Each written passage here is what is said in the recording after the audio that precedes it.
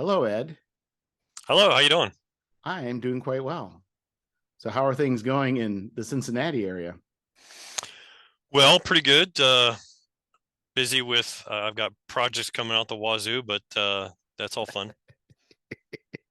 Yes, Wazoo projects. I know all about Wazoo projects. Yes, it's amazing how the Wazoo can keep producing products. You're like, stop, stop. What are we doing here? So you've got a Kickstarter coming up, kind of interesting. Comic Crawl Classics. Yes, indeed. Launches tomorrow, at least as of recording. So that's uh, May 16th. Hmm. So have you been on any other podcast yet? With respect to this, no. Oh, good. Um, I and Right. I try to make a point of not promoting my own stuff on the Scrivenery because I feel like that's inappropriate. Mm. Well, then I kind of got the scoop then, so I'll count that as a win. You heard it here first. So maybe you heard it somewhere else too. I'm sure you've stated elsewhere in media that to notify, but anyway, that's cool. So Comic Crawl Classic. So I'm assuming, but it's pretty clear you're mixing peanut butter and chocolate here, right? Exactly, and hoping to get two great tastes that taste great together. Well, I think you're off to a good start. So, what was the impetus behind this madness? So I'll admit that part of my inspiration, there was a guy who ran at one of the online Goodman cons. I don't even remember. Maybe it was the first one, Cyclops Con. A guy who ran a game that he had created, and he called it Mightier Deeds. And it was very much Marvel in terms of the setting and the characters, but it was his own mechanics system that was DCC based. And I played that and had a good time. And then sometime recently, I don't even remember what had got me thinking. Maybe I was looking at some of my old events that I'd played, and I realized, wonder whatever came of that. And so I contacted the guy and said, "Hey, did you ever go live with that?" And he said, "No, too much other stuff came up in my life, and I had to just walk away from that."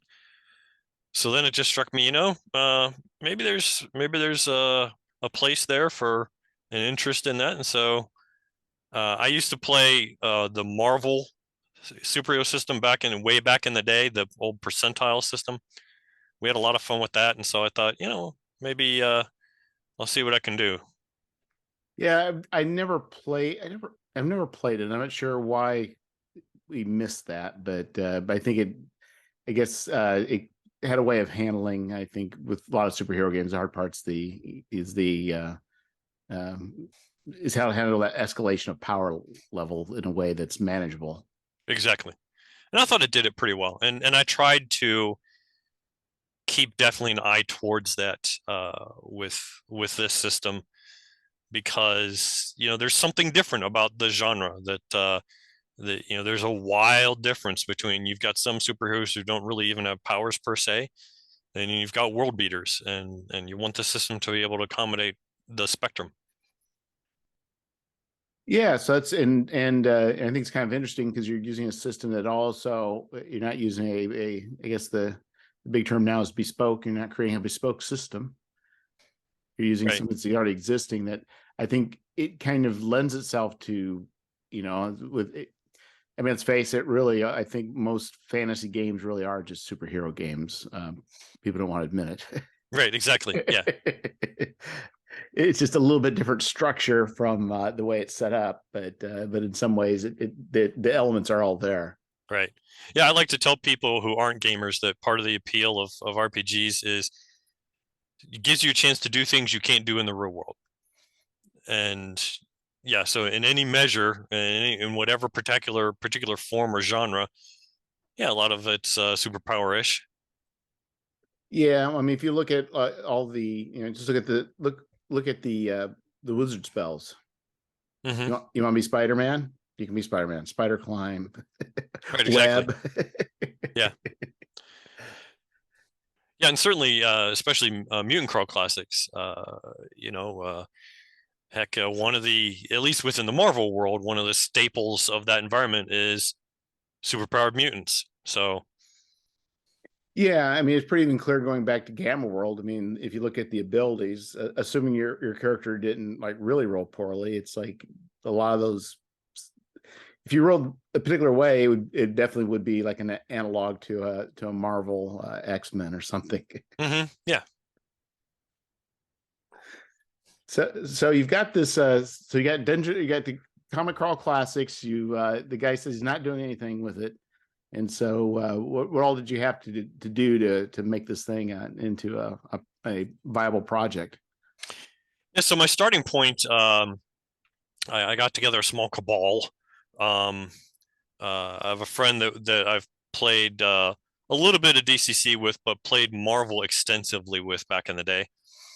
And then also brought my wife in on the discussion, who is an avid DCC player and was part of our Marvel. In fact, ran most of our Marvel game years ago. Oh, that's amazing! Yeah, Yeah, it's you marrying got a the gamer. unicorn. Yeah, is absolutely a win in life. I tell you that.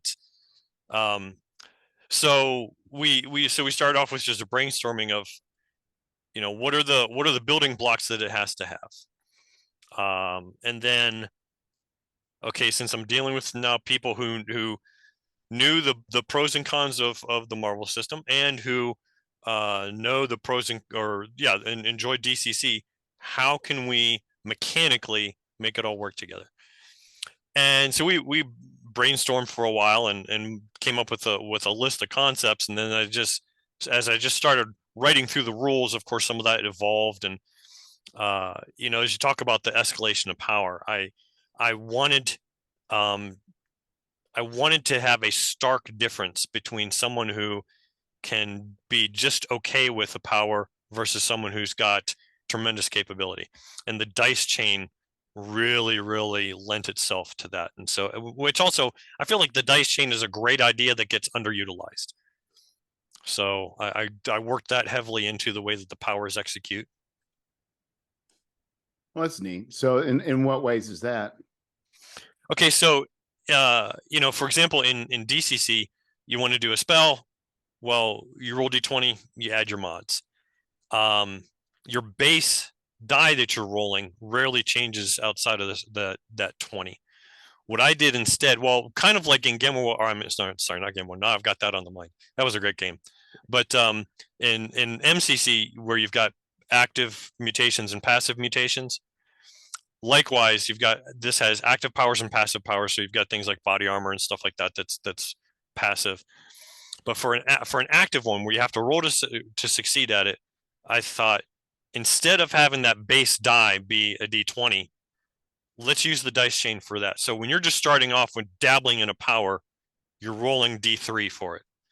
Now there's a very small chance you only fail on a critical failure, because in most superhero genres, a superhero's power almost always works unless it's a bizarre, catastrophic kind of situation. So it's not like you've got this half of your range is failure, but so your base die follows the die chain. So you're starting off just dabbling in that power, you've got a D3, and then as you increase in rank in that power, it can go all the way up to rolling a D30 for the power. And then I also split up so that you devote points by way of dice to different powers. So if you wanted to focus and concentrate on one and be great with that one, you can do that. If you want to just spread it out, you want to have them advance at different rates, you can do that.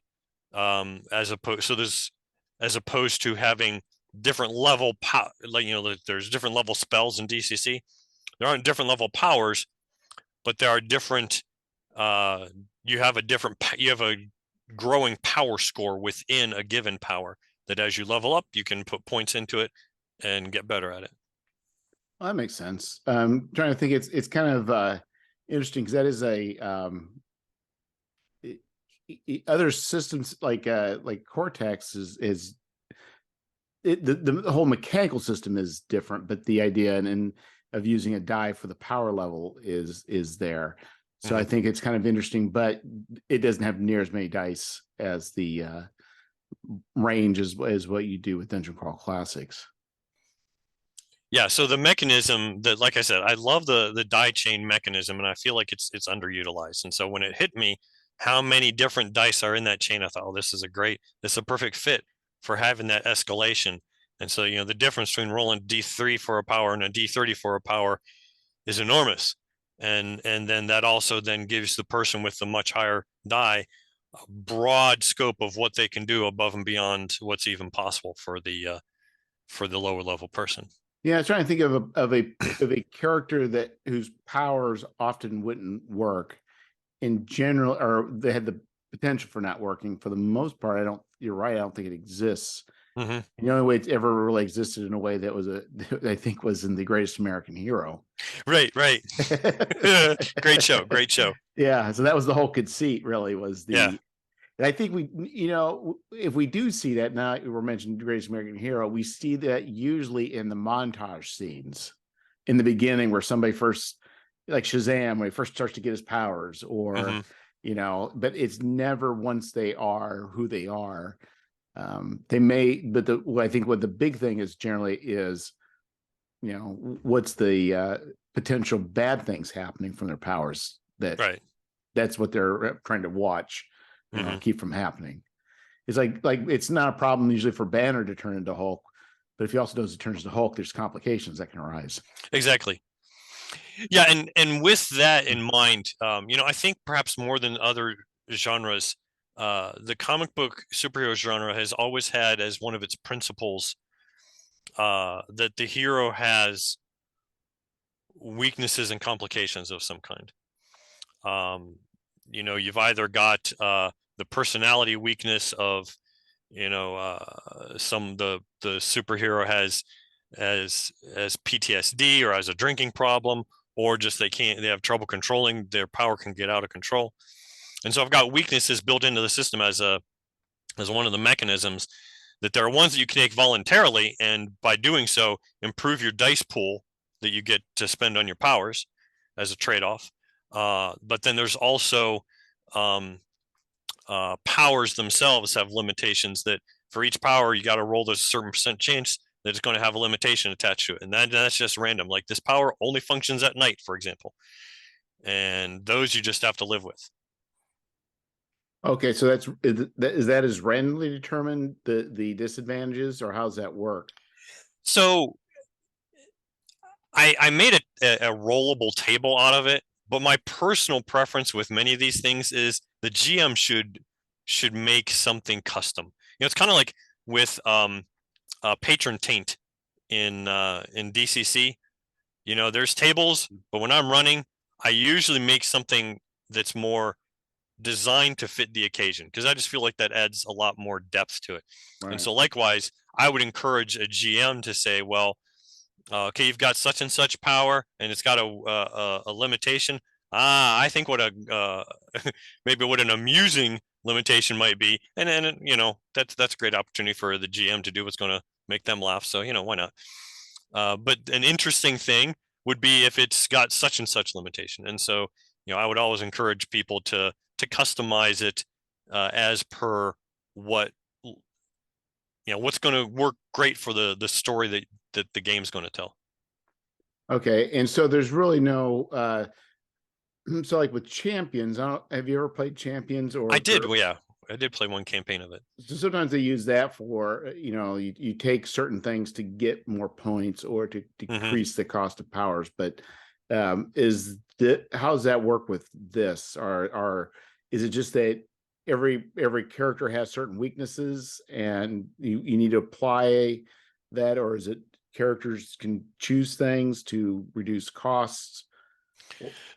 So it's a bit of both, and to some extent, how that gets implemented is again up to GM's discretion. So in terms of weaknesses, so there's weaknesses and limitations, and I've got those divided as two separate things. A weakness is something that is particular to the character. A limitation is attached to a specific power. Okay. So a weakness, might be, again, some kind of personality trait that I've got, or it might be a physical thing. Maybe I'm colorblind or whatever. And then there's a list of, let me explain. Each power has a score that you'll have that works just like your your strength score, your intelligence score, my teleportation score, my energy blast score. And so these scores are, when you, as you invest into a power, you get a certain number of d6s, and you roll those d6s, and that's how many points, that's your score in that power. And so as you take on a weakness, that's typically, I see the weaknesses typically as being optional, and you get, and probably, and also, okay, it's on I've got a table.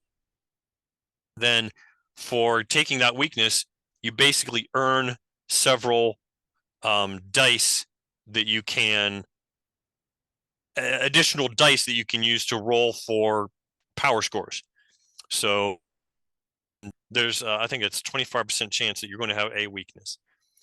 I mean, if a GM wants to say, hey, everybody's got to pick one weakness, that's their call, and that'd be fine. And then limitations, I don't get anything for it.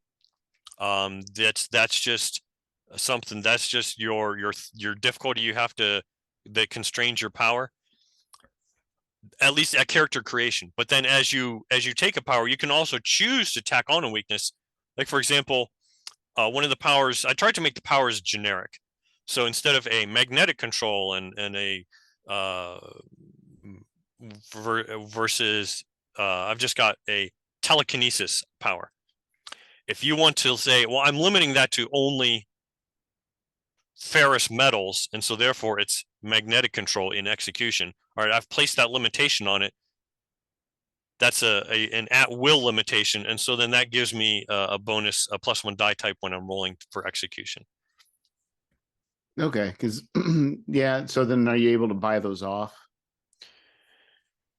Like, well, I'll just see like Magneto. It's like he was that way. The priest as well. I just put a magnetic field around anything, and I can really do anything to anything. well, and I guess if it comes down to it, that's kind of up to what the GM wants you to be able to get away with. But that's not the intent of the game. It's right. really intent to be that those issues are always going to be issues that they, unless something makes sense, but to continue with those issues. Oh, I see what you're saying. Yeah, in that sense, if I would say, if my power has a limitation when I take my power, it's got that limitation forever. Now, unless you come up with a cool storyline reason why that limitation gets removed, then hey, story trumps everything. Yeah. I seen, did Spider-Man, I mean, did he, I don't follow the comics very that well, but like, was there a point where he lost the web shooters and was able to shoot webs out of his hand, or was there that ever the thing? Maybe it's one variant of all the multiverses of Spider-Man. Yeah, exactly. Yeah, the only comic book I ever subscribed to was the 2 X-Men lines, X-Men and Uncanny X-Men. So I'm not sure of the particular ins and outs of Spider-Man.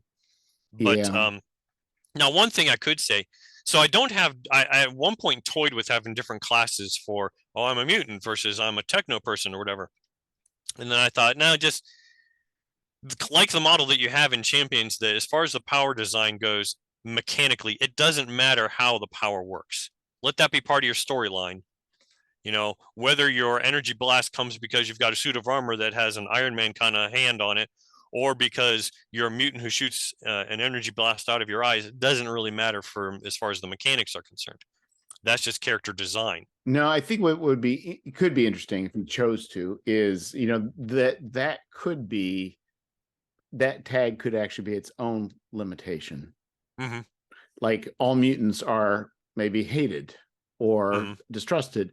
And maybe if the tag is, no, I'm an inventor, maybe there's some other cost that comes with that.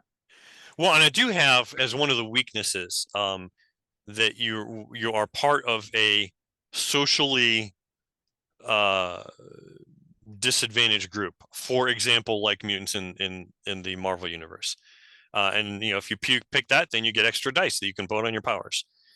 But as far as the mechanics of execution are concerned, it doesn't matter how right. it comes about. Right. And so you could, I suppose, reason as one possibility, especially if you're a techno guy, that my power has this limitation. Well, eventually I learn how to redesign my ray blaster so that it doesn't break whenever it rains or something like that.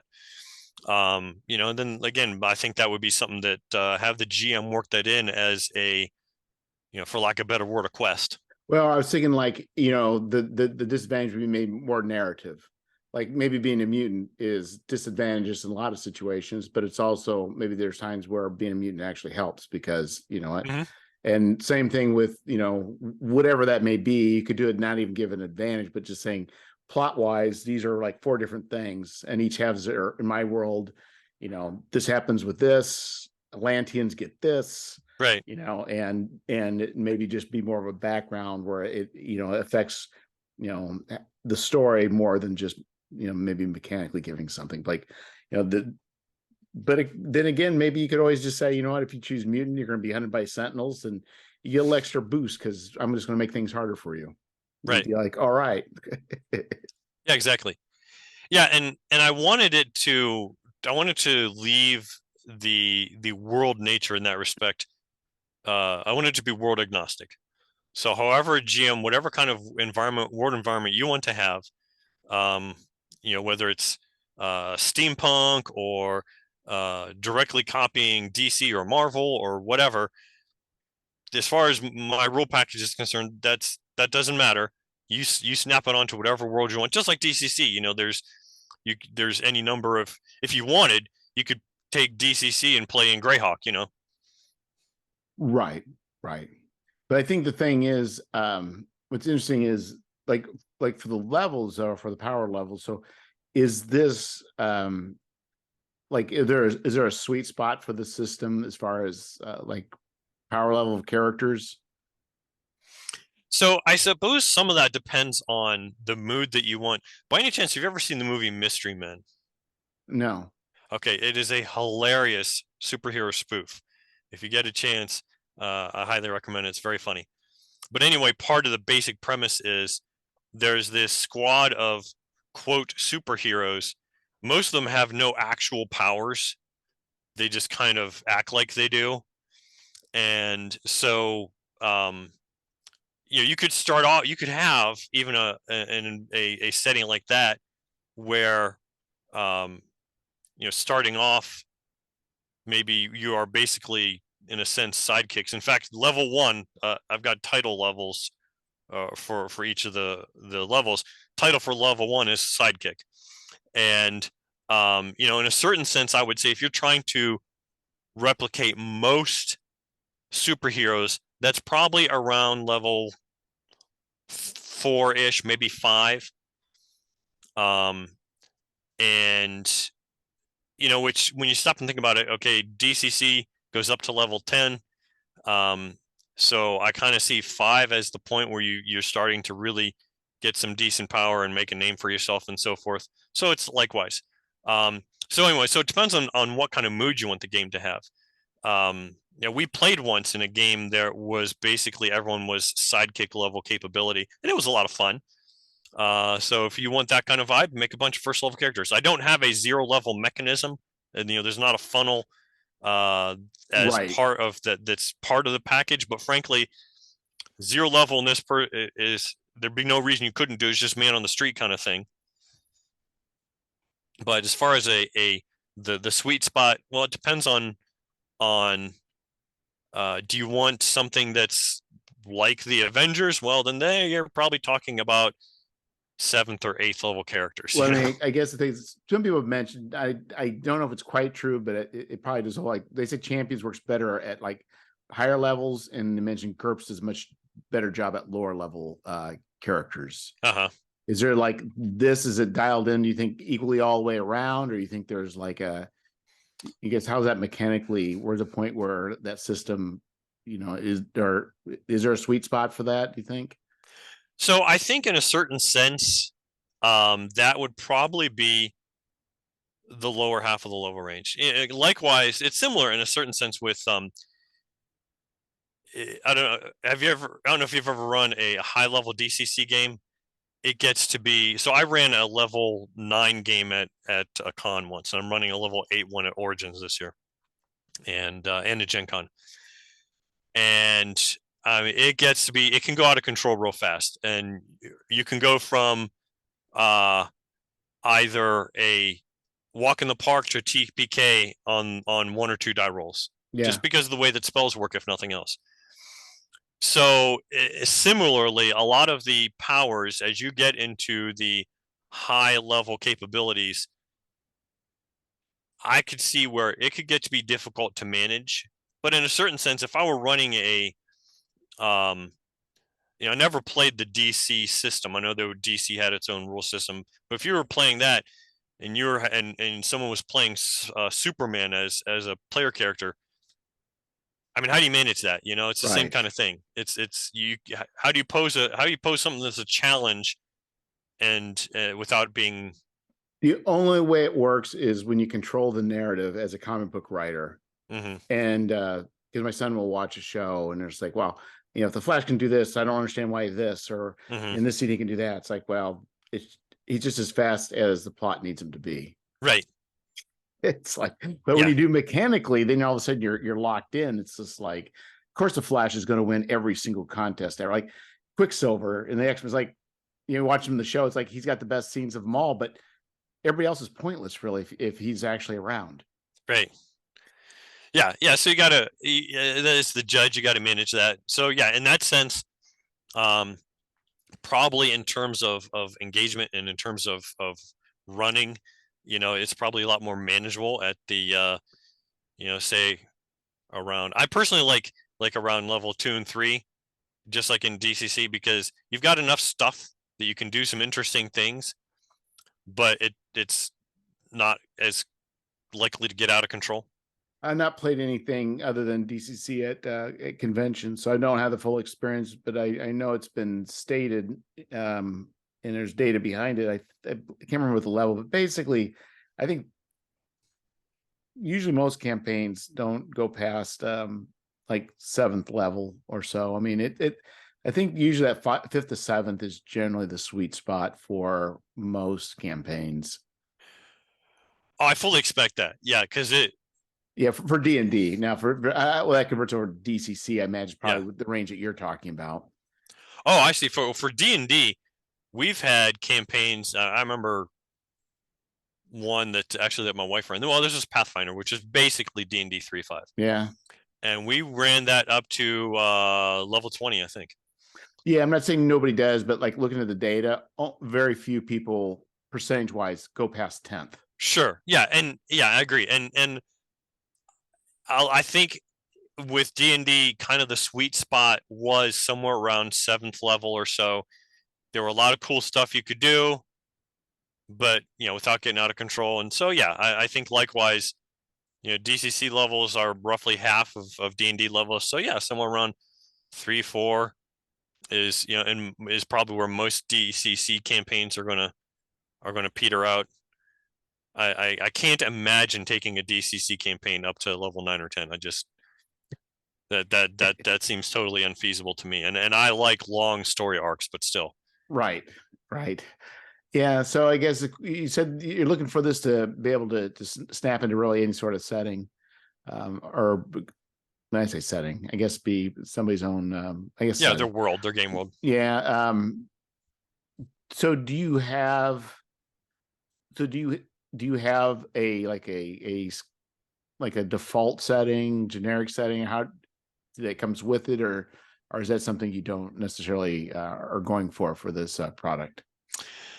So I don't, with the exception that I have in the back of the book is the starter adventure, and the starter adventure takes place in rural world, um, in a mid-sized town in northeast Ohio, um, and that certainly I think gives people something that are you're used to this, you know what this is, but beyond that, I would encourage people to see it as whatever game world you got. And in fact, one of the sections in it, I've got a section uh, on healing by virtue of you engage medical help, and so I've got a list. Well, if your game setting is basically equivalent to, say, 1920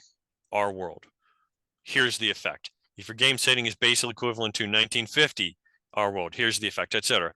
So I have built into it very much, and my scale rolls all the way back to if you're 1700 or earlier, it's like this. You might get a leech, and maybe that maybe that does more harm than good. Yeah. But yeah, I wanted to envision it that you could put it in terms of uh, any physical location, any alternate world, any timeline. Um, I mean, in a certain sense, I suppose you could even basically have a medieval type world and just have use this as an alternate mechanism for characters with fantastical abilities. So are you planning on following this up, assuming it's successful and hits the numbers that you're wanting with other things, or what are you thinking about doing? You mean in terms of like adventures or Yeah. enhancements for this? Yeah.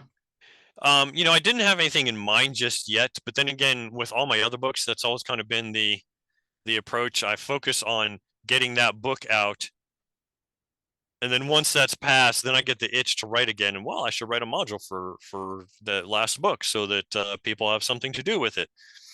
So I wouldn't be surprised if before long I'm coming out with some more adventures for it. I tried to make the powers and stuff very flexible so that hopefully it wouldn't need a lot of expansion, but you never know. It might occur to me, oh, I should have capabilities for doing such and such. But so yeah, certainly I would hope that before too long I'll come up with some more adventure scenarios for it. Yeah, because I would think that, if you're going to do something like this, people are probably going to want to see something that's being supported, Right. rather than something that's just maybe a project. But maybe not. Maybe they'll be happy. But I just think that people are probably always excited to see if it's small scenarios or situations or whatever, Hmm. to seeing product still come out for it.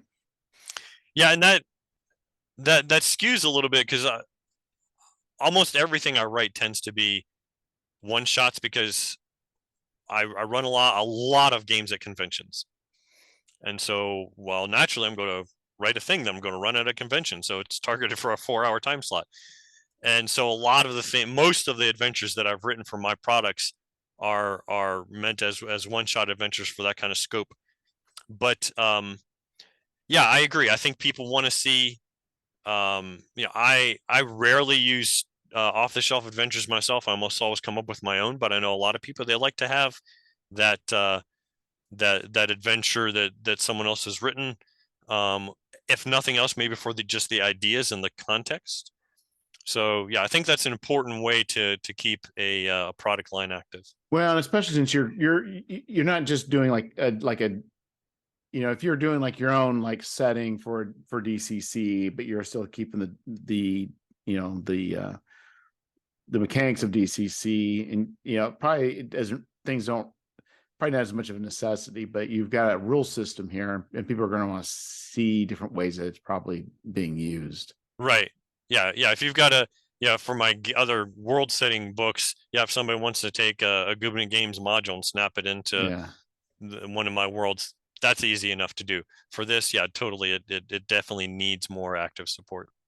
Yeah, and there's a lot of fun stuff you can do. So did you do this? You sent me a PDF. Did you do this in Word? What did you do this in? So my initial writing is always in Google Docs, just so I can work on it at home and also work on it on my lunch break. Yeah.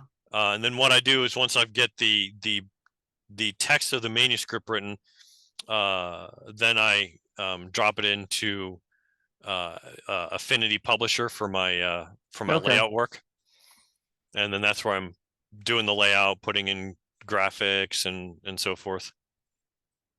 No, very fun.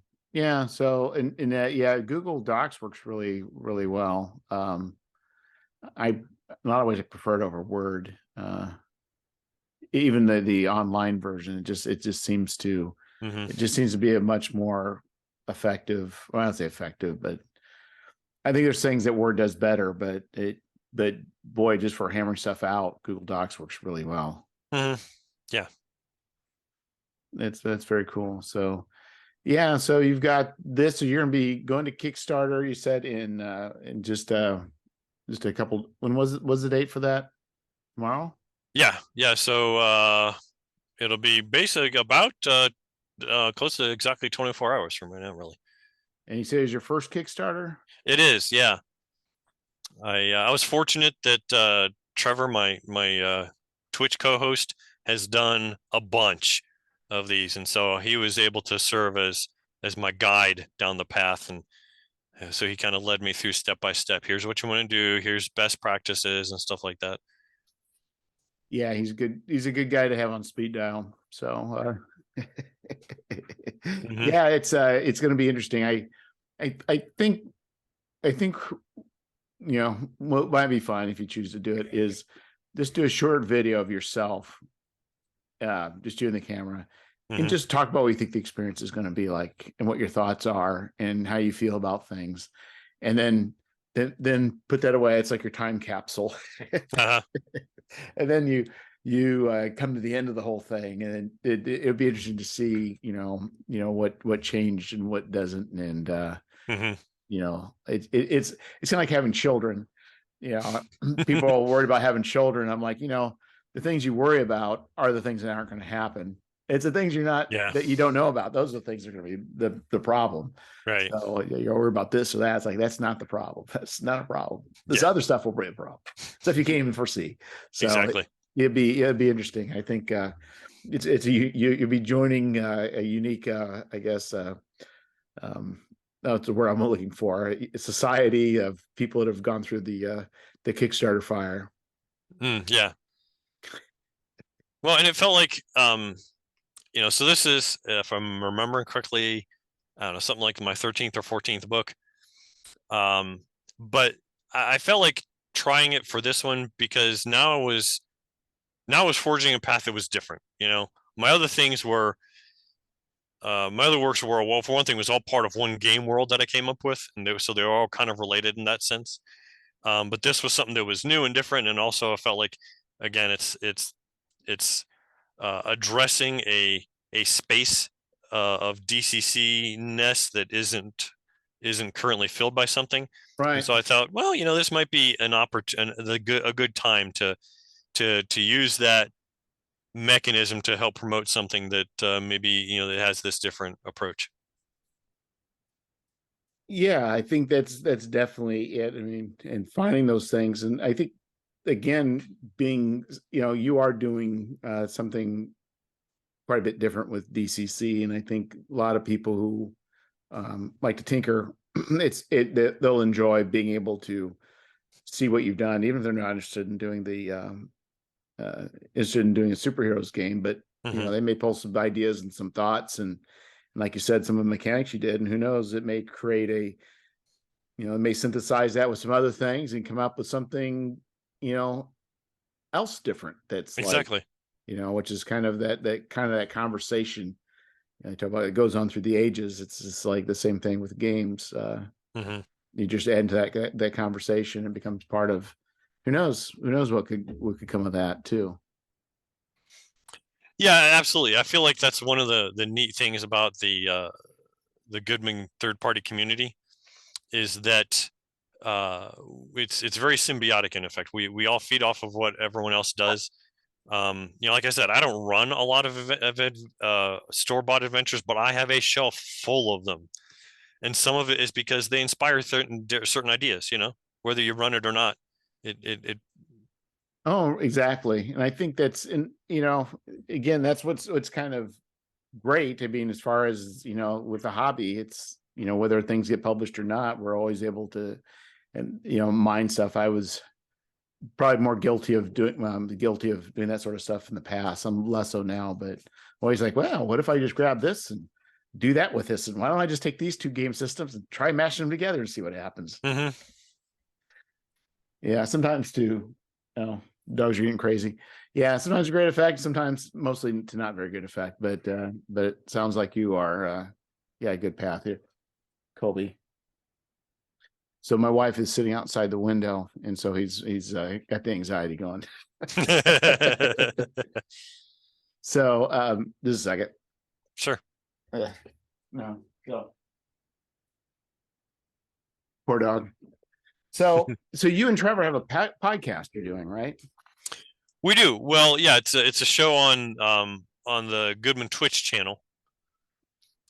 And so gosh, I think we've done something like 32 episodes now. So it started off you know, I felt at one point, hey, there are various things that I've learned about the third party process after I put out a book or two.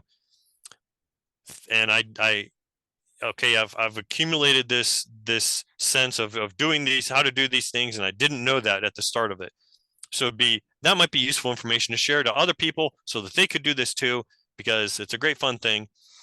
And so I approached Goodman Games about it and said, hey, what would you think about a show on the Twitch channel that's about how to do third party publication?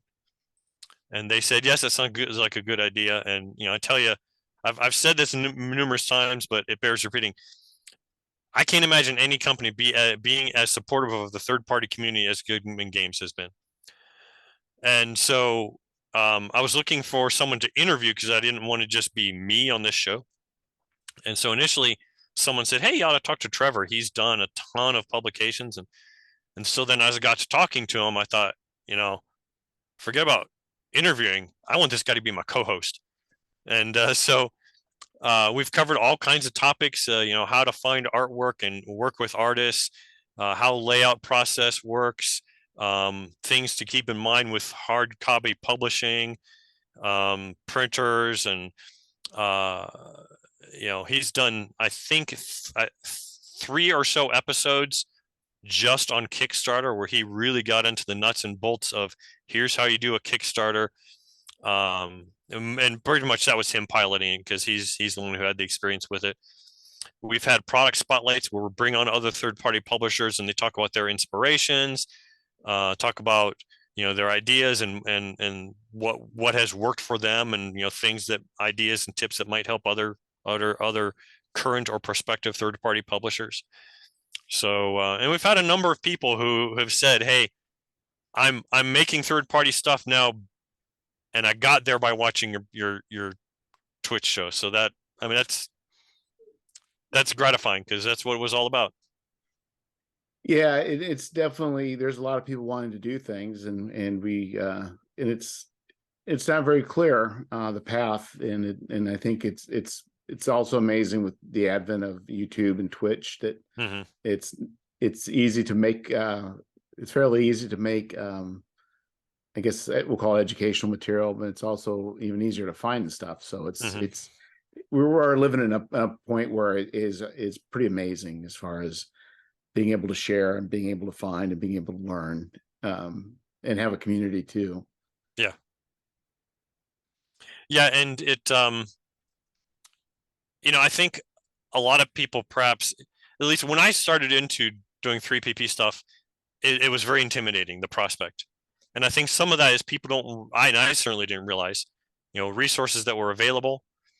And, I think as people come to realize the breadth of tutorials and various other things that are out there, then you get some confidence and feel like, hey, I can do this.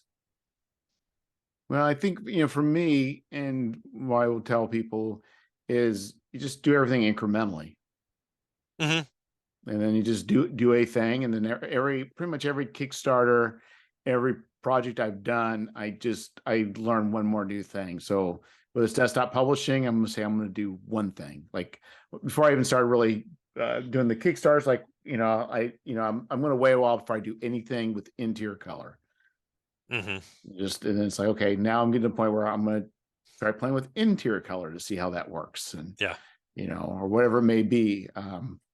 I think that allows you to so you don't have to like knock it out. And especially early on, if you just put stuff out there that's like free or pay what you want or whatever it is, but at least get something out there that you want to look professional and that you're trying to, get to a certain level. And even if it isn't the best thing, and later on you may look at it and say, well, it still looks pretty amateurish, but still you got to start that road somewhere. So it's like, You know, there's no shame in doing something. And I think G.K. Chesterton said something to the effect that anything worth doing is worth doing poorly. Oh, yeah. All right. Yeah. Yeah. You can't, with playing guitar or, you know, making a publication, you got to Yeah. start, and you got to start making stuff you got to get that all out of your system. Yeah. You got to get the time in, or it's Malcolm Gladwell, your 5,000 hours, you know, Right. you just have to get the time in, and it's got to be, you know, that time you spend's got to be not just, you know, it's got to be with serious intent. So, Yeah. Yeah. I probably actually took an inadvisable route in the sense that the very first project was my biggest book yet still, oh, and had interior color and everything. And you know, in retrospect, it would have been better perhaps to build up to that, but I had a bit of help. My wife, this was the Pax Lexicoi book, which was what got it started. My wife worked on that with me, and she did a significant chunk of the work as well. So that certainly helped a bit. But yeah, I mean, there's things that I've learned along the way, and other, you know, especially with layout. Oh, this looks a little bit better. This is a little bit nicer, and you know, those things come as you go along. And yeah, if you don't stick your foot in the water, you're never going to get there. no. And, you know, was the one perfection is how's that go? Yeah. So if you wait for perfection, it's not going to happen. So it's Hmm. just, there's a certain point. It's kind of like we even saying something about, what is this about art? No art's completed. It's just abandoned. Right. So it's like, it's like Hmm. there's a certain point where you're like, okay, I'm done. It's like, Yeah. I put enough time in this book, time for something else. Time Yeah. to get to Yeah. Kickstarter. Yeah. I had a poetry professor who once said, "We never stop. We never finish a poem. We just stop revising it." There you go. So yeah, same kind of thing. Yeah, and it's fun that you got your wife involved in writing too, because that doesn't, I mean, probably any sort of endeavor that's a combination of creative and commercial, to have a husband wife team, that's pretty amazing. Hmm. Yeah, it's been uh, it's been a great, you know, the fact, like I said before, you know, marrying a gamer and playing RPGs together in and of itself is a huge win. But then that we were able to collaborate on some of the projects, and you know, because she's really a very excellent GM and world designer herself. So considering that the bulk of the publications I put out around campaign world setting, that certainly has been helpful. Yeah, yeah, it does sound good, and it sounds like you got the expertise. So really, Kickstarter really comes at a good time. So you're going to be running it, and so you got experience with fulfillment. So that's at least, I guess, how do you sell your books now? So uh, some of them are, of course, actually, I think perhaps almost all of them are at any rate are available through the Goodman Games website in their third party section. But my and then I've got my own website, rayorgangames.com, which basically is just a brochure, because the actual e-commerce is all drive-through RPG. And even with printing, you know, so all the printing is done through them with the on-demand printing. So if I have copies that take to a convention, you know, at the big cons, I can put my stuff in the Goodman Games booth, and they'll sell it through the booth. That's all done with print on demand through drive-through, and of course they also have the mechanism for distributing digital. I did have this one was really cool. Just a few weeks ago, I had someone in Germany buy a hard copy of my world book about the Germanic tribes. Ah, I wish I had the guy's email. I'm assuming it's a guy. I wish I had the person's email so I could write them and say, "So what do you think? You yeah, know, exactly. did I do justice?" Yeah, and it's kind of interesting because you don't, right, because with drive-through, you don't have access to, that. You can email, like blanket email everybody, but you can't, You Yeah, tie can't that pick a in. specific customer and email them. Yeah. So are you planning on, are you following the same model for this one to fulfill through drive-through? Yes. Yeah. So the digital course will all simply be using the drive-through mechanism to send out links for download copies, and then they've got a mechanism for bulk printing sets to where you can just upload a spreadsheet of here's all these copies and here's the addresses that they're going to. Yeah, they do a decent job. The problem I've been having is right now I do print through I do a mix and run, and I also use Lulu. Hmm. But drive through, I found drive through, I think, is the, as far as print books, it is the most antiquated, hassle filled Hmm. means of publishing a physical book. The PDFs are pretty easy, but the physical Sure. books, what a night. And then there's a huge advantage using drive through, but Hmm. wow, I don't want to do a third thing that's that stressful. So Oh, I don't doubt it. Yeah, I certainly have seen any number of facets about working with them that I think, this ought to be different. But it's, especially now with the amount of experience that I've had with it, it's easy from my standpoint because I know what to expect and how to right, do it. And especially with something like this for a Kickstarter, I didn't want this to be the time where try something different. I want to go with right. something where I, It's your incremental step. The incremental yeah, step is Kickstarter, exactly. Yeah, yeah, yeah. not Kickstarter and trying A different whole new form of printer. printing. Yeah. Right, exactly. Yeah, yeah. Yeah, and I know you can save money going that approach, but I one piece at a time. yeah, I think in general you get a better quality, you get better quality. You can't, well, to be honest,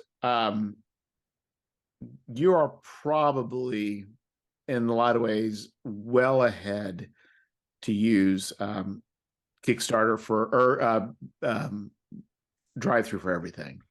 I think you really are ahead, um, because you don't have to do fulfillment. It's worldwide, and once Kickstarter's over, you get those numbers, just upload it, click, you're done. Hmm.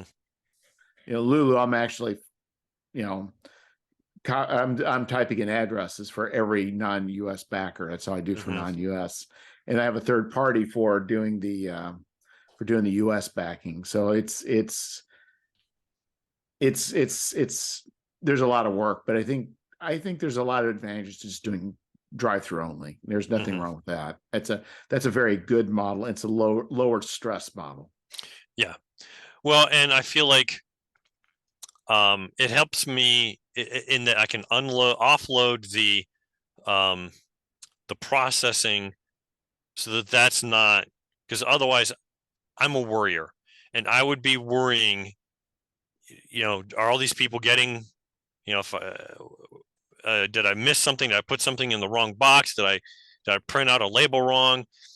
Um, Whereas I feel like, having them handle that through automated processes, uh, just takes one thing off my worry plate.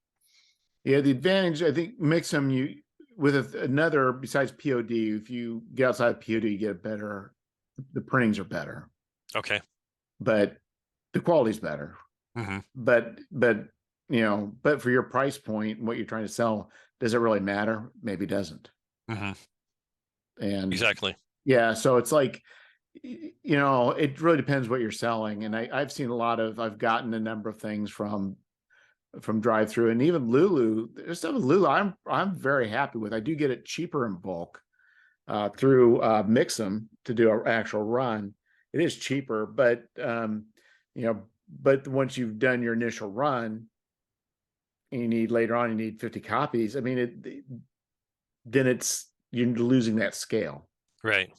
and so it's like economies of scale. So it's, yeah, if you could spend your whole career doing nothing but what you're doing, you have a much simpler life after the Kickstarter than I do. Hmm.